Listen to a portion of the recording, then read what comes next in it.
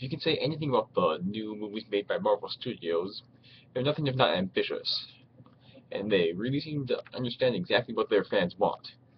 Now, Iron Man 3 is a very good movie, a very good entry in the Marvel Cinematic Universe, and they really seem to understand what they're going for and what people want from these sort of movies. I mean, a good number of people were kind of disappointed with Iron Man 2. Some people saw it as, nothing but a feature-length commercial for the Avengers. My major problem is that it really kind of rehashed the arms dealer angle from the first movie without adding much new, aside from War Machine and stuff like that. But Iron Man 3 is a much more ambitious movie and a very good movie that stands on its own without having too many connections to the Avengers, although that is mentioned because it should be, because this is part of the universe. In the events since the Avengers in this movie, Tony Stark has been suffering from a PTSD of sorts. He's been having anxiety attacks from having to go through the wormhole and save people in New York City. That's really been kind of damaging him, and as a result, he can't sleep. It's instead being kind of delves himself into the Iron Man persona, trying to create new improved versions of Iron Man.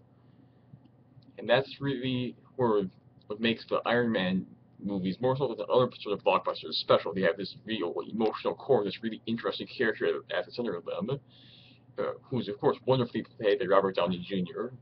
Downey's of course just one of the best actors in the blockbuster scene right now, and it's always just a joy to watch him play this character. But even though he's the center of the movie, the very strong center of the movie also has a huge supporting cast, all of whom are really well done. The acting in this movie is very, very good. Of course, we have Gwyneth Paltrow and Don Cheadle back as Pepper Potts and War Machine, although he's called Iron Patriot here.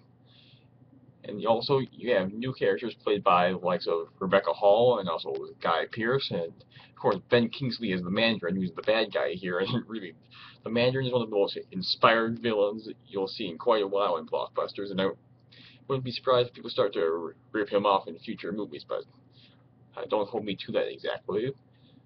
But once again, all of these characters are well developed. All these characters get their due. Very few people seem shortchanged in this movie, and even the smaller parts are very well cast and very expertly handled. Like there's one character played by Dale Dickey, who you might know from Winter's Bone or Breaking Bad, and she has a very small part, but the fact that Dale Dickey's in that role really gives it the sort of depth it needs to make the part have some better emotional heft.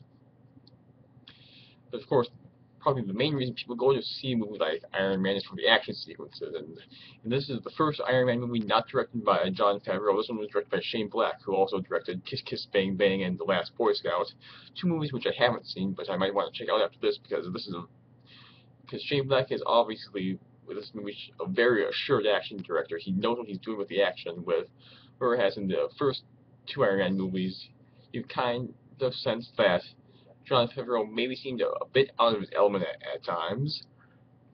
Shane Black doesn't seem to have that problem. He knows how to do big, flashy, spectacular action sequences, and some of them are a bit complicated. Some of them are a bit hard to follow.